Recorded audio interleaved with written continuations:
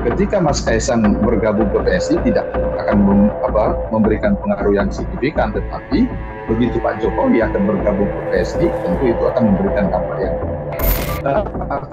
bahwa Pak Jokowi ini sedang dizolimi, Mas Gibran sedang dizolimi, dan ini tentu akan memberikan dampak pada PSI dan akan sangat mungkin di 2029 yang akan datang akan berhasil meloloskan kader-kadernya di DPR RI.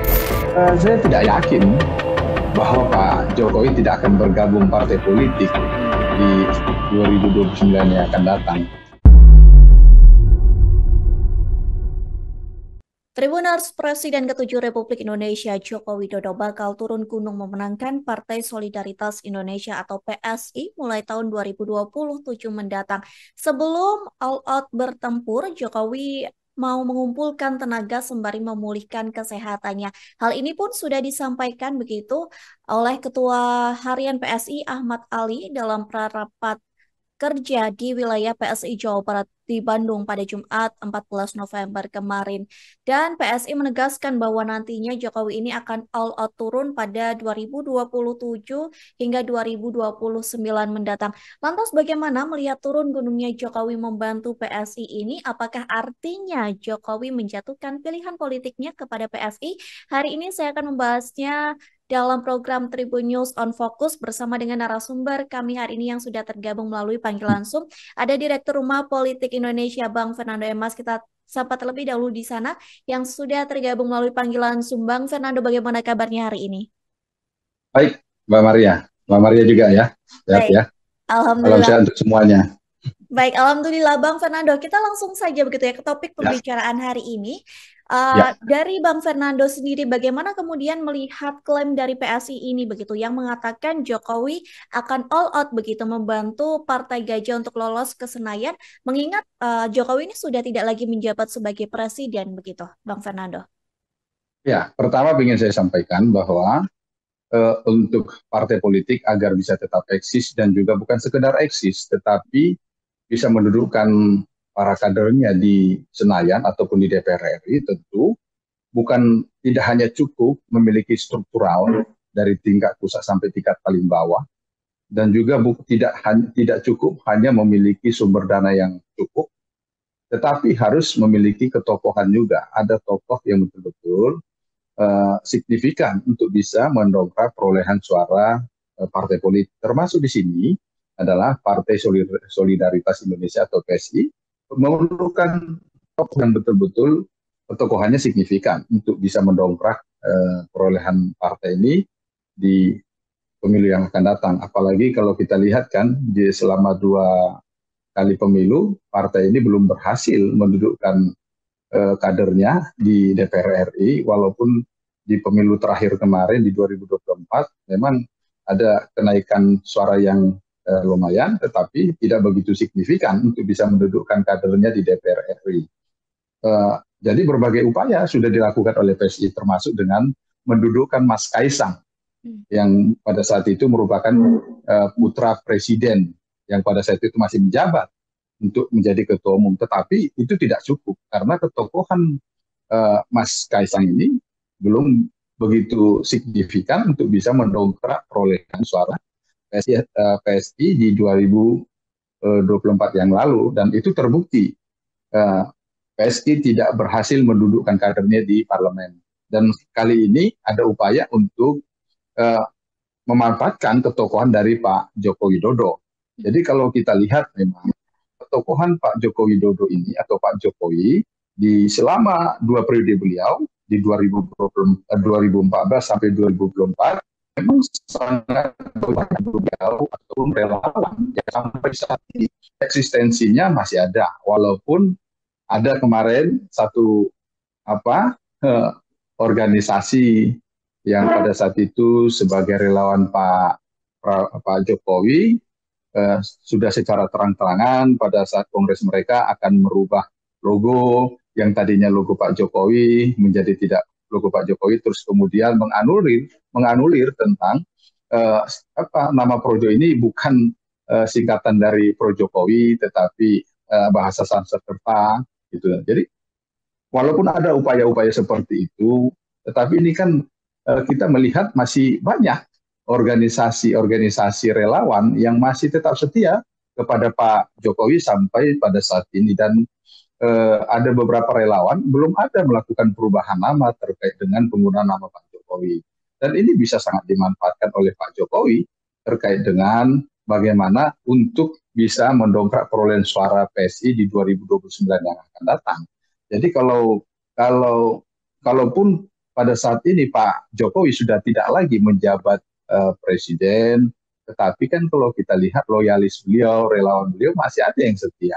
Dan kenapa kalau kita lihat sementara di 2024 yang lalu Mas Kaisang sudah bergabung di sana, kenapa tidak begitu signifikan perolehan suaranya? Karena memang sosok yang betul-betul dikagumi ataupun diikutin oleh beberapa kelompok ataupun beberapa relawan itu ya Pak Jokowi, bukan Mas Kaisang, sehingga ketika Mas Kaisang bergabung ke PSI tidak akan memberikan pengaruh yang signifikan, tetapi begitu Pak Jokowi akan bergabung ke PSI, tentu itu akan memberikan dampak yang cukup baik dan signifikan ke depannya.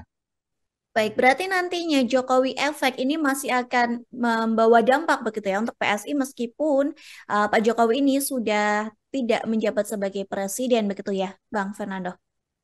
Ya, saya melihat untuk Jokowi efek ini masih betul-betul bisa dimanfaatkan oleh PSI untuk bisa meningkatkan perolehan suara mereka di 2029 yang akan datang. Walaupun efeknya itu tidak akan sama ketika beliau menjadi presiden uh, dengan beliau sudah tidak lagi menjadi presiden, karena bagaimanapun juga jabatan itu kan sangat berpengaruh untuk memberikan nilai kepada pihak orang-orang lain ataupun kelompok-kelompok untuk bisa mendengarkan ataupun dipengaruhi untuk uh, sesuai dengan apa yang diharapkan oleh Pak Jokowi. Walaupun Pak Jokowi tidak lagi menjadi presiden sampai sekarang ini, tetapi seperti yang saya sampaikan tadi, bahwa masih ada banyak relawan-relawan Jokowi ataupun para simpatisan-simpatisan itu yang menunggu menantikan langkah-langkah politik Pak Jokowi sampai selanjutnya di pemilu selanjutnya. Karena kalau saya ikutin ya di media sosial, walaupun dikatakan bahwa ada robot terkait dengan komentar-komentar di medsos, tetapi saya melihat ada beberapa komentar-komentar yang masih menunjukkan loyalitasnya kepada Pak Jokowi gitu. Jadi ini sangat menentukan bagaimana nanti PSI ke depan akan bisa memanfaatkan Jokowi efek di 2029 yang akan datang. Baik, kemudian Bang Fernando, ini kan juga Mas Kaisang begitu ya menyebut bahwa tujuan PSI ini lolos ke Senayan begitu. Sementara lewat turunnya Jokowi ini akan membantu kemenangan dari PSI ataupun meloloskan PSI ke Senayan. Tapi seberapa peluang PSI ini bisa naik level ketika nantinya memang Jokowi yang disebutkan begitu ya tahun 2027 sampai 2029 bahkan aktif mengikuti agenda-agenda politik begitu. Seberapa nantinya peluang PSI ini bisa naik level, Bang Fernando? Ya, kalau kita lihat memang beberapa agenda-agenda politik yang dilakukan oleh PSI bukan hanya berfokus kepada kegiatan ataupun aktivitas yang dilakukan oleh Pak Joko Widodo, yang memang sudah ada komitmen dari Pak Joko Widodo pada saat Kongres yang lalu akan all out untuk memenangkan PSI. Tetapi ada strategi langkah-langkah yang sudah dilakukan oleh PSI dengan cara apa? Dengan cara merekrut tokoh-tokoh politik yang memang memiliki pengaruh, baik itu di tingkat pusat maupun tingkat daerah. Ini sedang dilakukan oleh PSI, misalnya Pak Ahmad Ali yang tadi sempat disampaikan oleh Mbak Maria sebagai ketua harian, ini kan salah satu tokoh politik yang cukup berpengaruh di daerah Sulawesi sana, dan mungkin akan dilakukan lagi upaya-upaya untuk melakukan perekrutan terhadap tokoh-tokoh politik di daerah yang menjadi pimpinan daerah, dan ini sangat membantu sehingga bukan hanya berharap kepada sosoknya Pak Jokowi untuk bisa memenangkan PSI di 2029 yang akan datang, untuk bisa mendudukkan kadernya di parlemen, tetapi ada langkah-langkah strategis yang dilakukan oleh PSI, saya lihat ya, dengan menunjuk beberapa tokoh-tokoh yang walaupun level ketokohannya itu tidak menyamain ataupun masih jauh dari Pak Jokowi, tetapi mereka sudah cukup berpengaruh di tingkat daerah.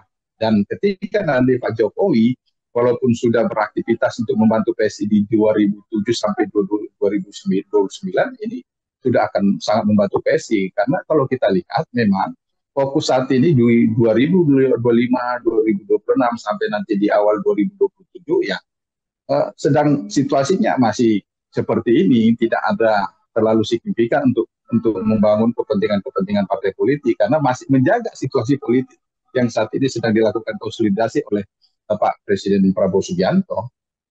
Baik, kemudian Bang Fernando, ini dari sisi elektoral begitu ya, apakah narasi Jokowi all out ini justru akan berpotensi mengangkat elektabilitas dari PSI atau justru sebaliknya begitu menjadi negatif karena mengingat citra Jokowi sekarang ini begitu banyak diterpa isu-isu yang negatif begitu ya dan dari Jokowi selesai masa jabatannya hingga saat ini nih isu-isu yang negatif selalu menerpa dari keluarga Solo. Bagaimana Bang Fernando melihat hal itu?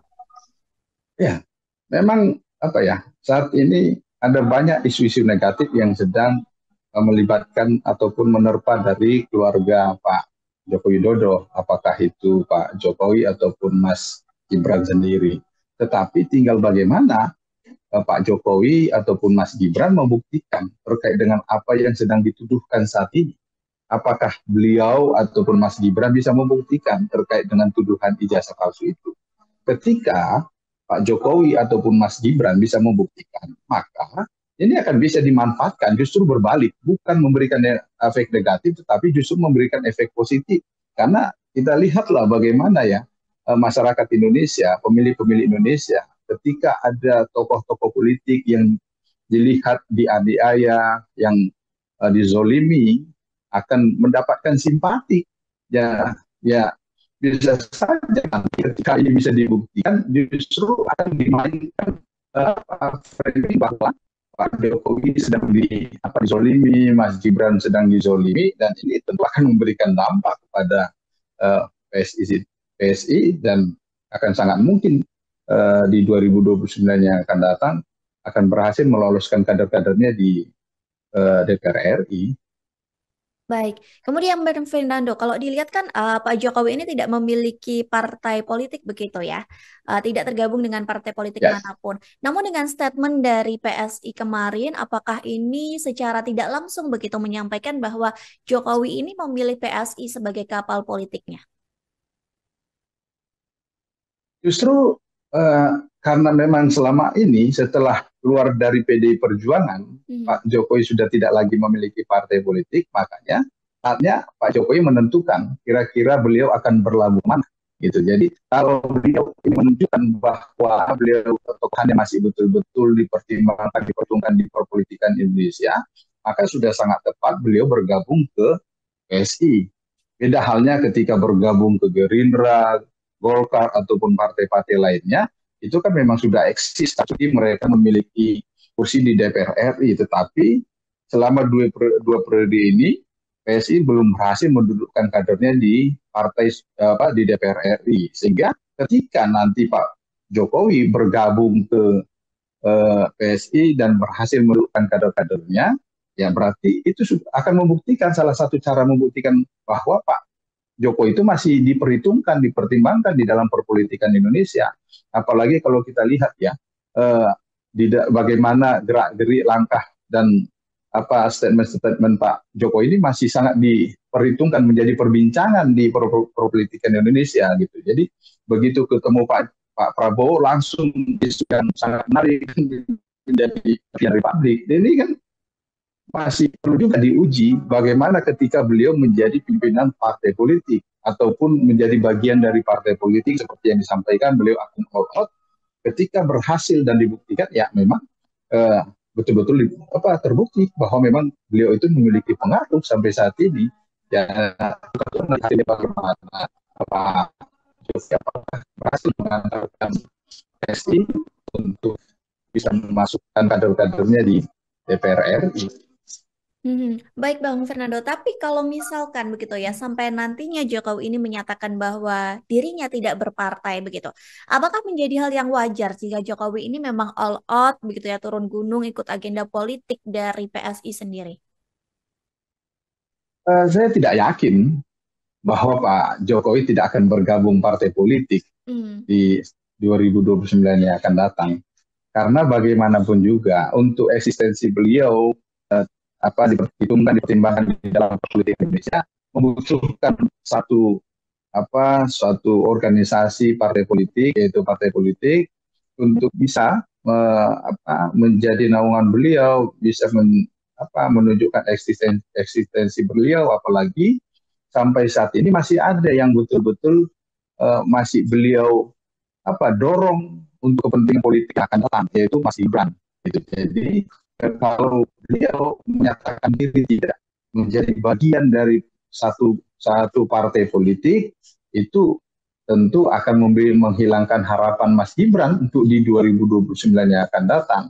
Dan saya yakin di pertemuan Pak Prabowo dan Pak Jokowi yang setelah itu bagian salah satu membicarakan terkait dengan rencana Pak Jokowi yang bergabung ke PSI sebagai langkah etika politik yang dilakukan oleh Pak Jokowi terhadap Pak Prabowo, komunikasi politik yang baik yang sedang dibangun supaya supaya PSI ini betul-betul diberikan kesempatan oleh Pak Prabowo untuk bisa mengikuti kontestasi di 2009 dan berhasil menundukkan kader di parlemen, dan akhirnya nanti akan membangun koalisi di 2029 yang akan datang.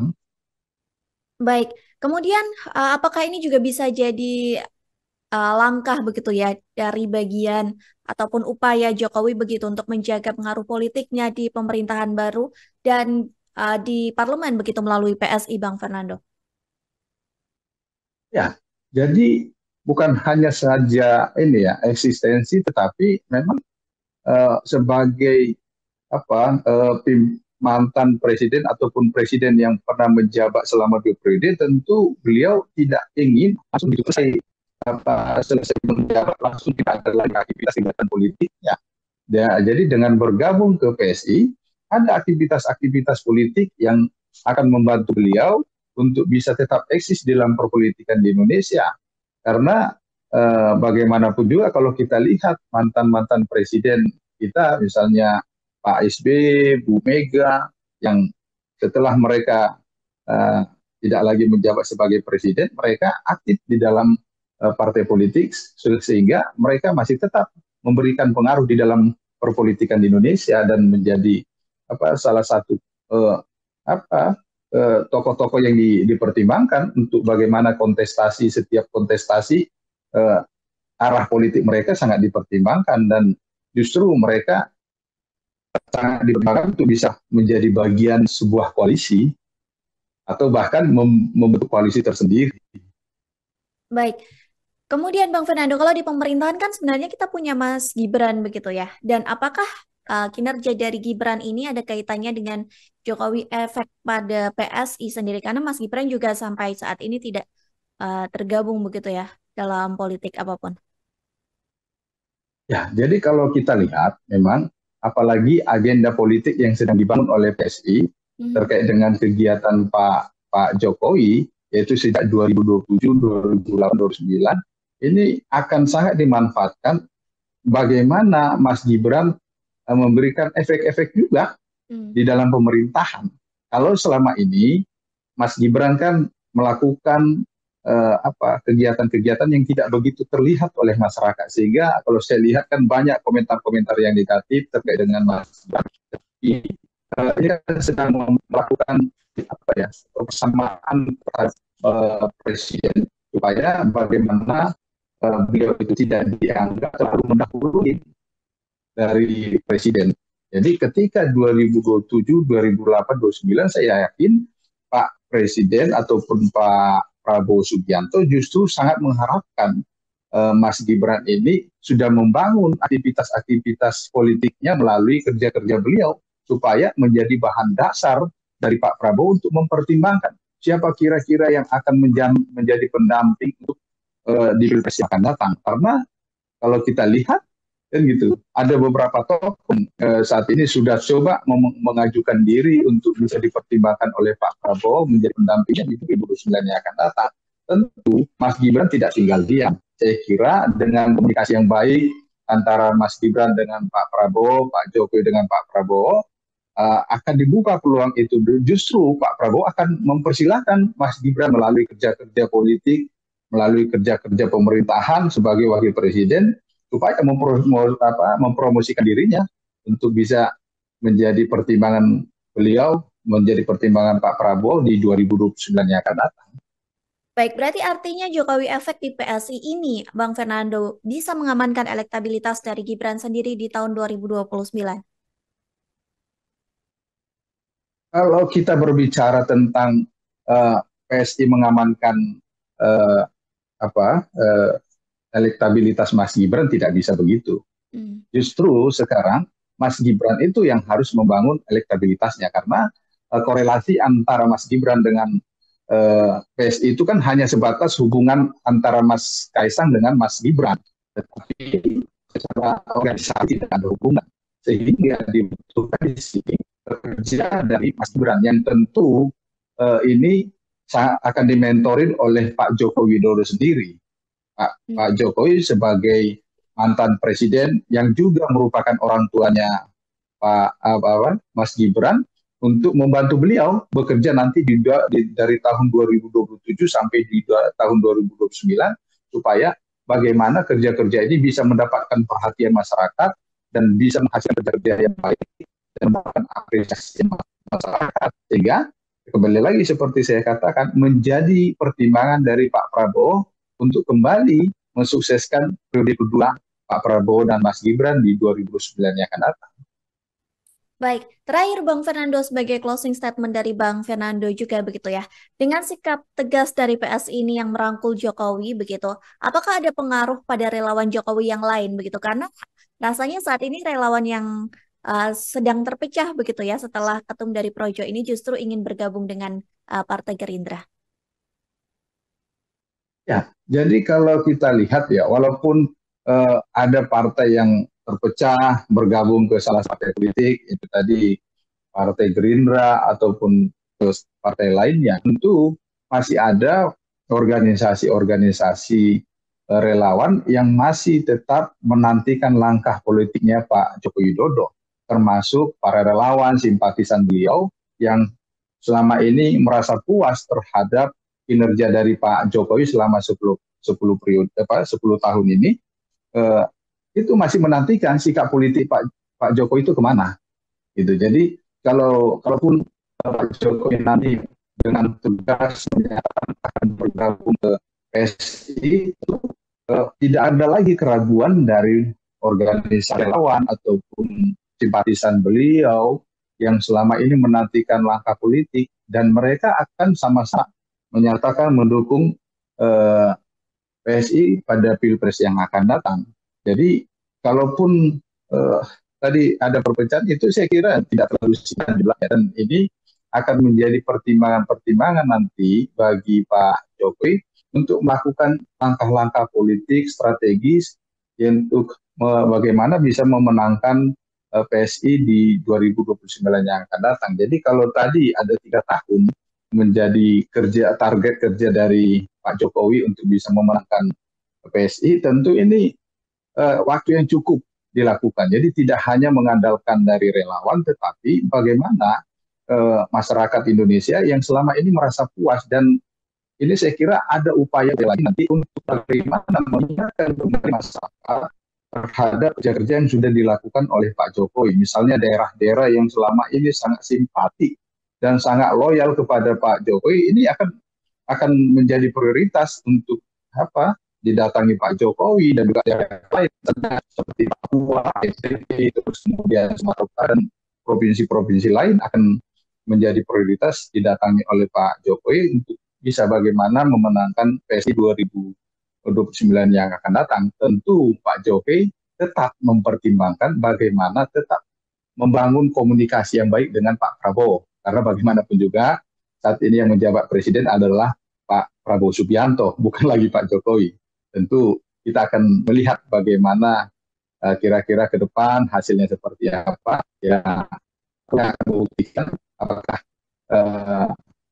Pak Jokowi akan berhasil mengantarkan PSI untuk bisa memasuki DPR RI dengan mendudukkan kader-kadernya di sana. Baik, kita nantikan bersama langkah politik dari Jokowi dan bagaimana juga terkait Jokowi efek begitu ya di tahun 2027 hingga 2029 hingga janji Jokowi yang akan memenangkan PSI hingga menduduki PSI ini di Parlemen Senayan. Terima kasih Bang Fernando Emas atas waktu dan kesempatannya. Sehat selalu, semoga kita bisa berbincang di lain kesempatan. Baik, makasih Mbak Maria, sehat sukses selalu. Terima kasih Tribuners yang sudah menyaksikan Tribun News on Focus. Di akhir kata saya Mariananda dan kru yang petugas pamit undur diri. Terima kasih dan sampai jumpa. Download Tribun X sekarang. Menghadirkan lokal menjadi Indonesia.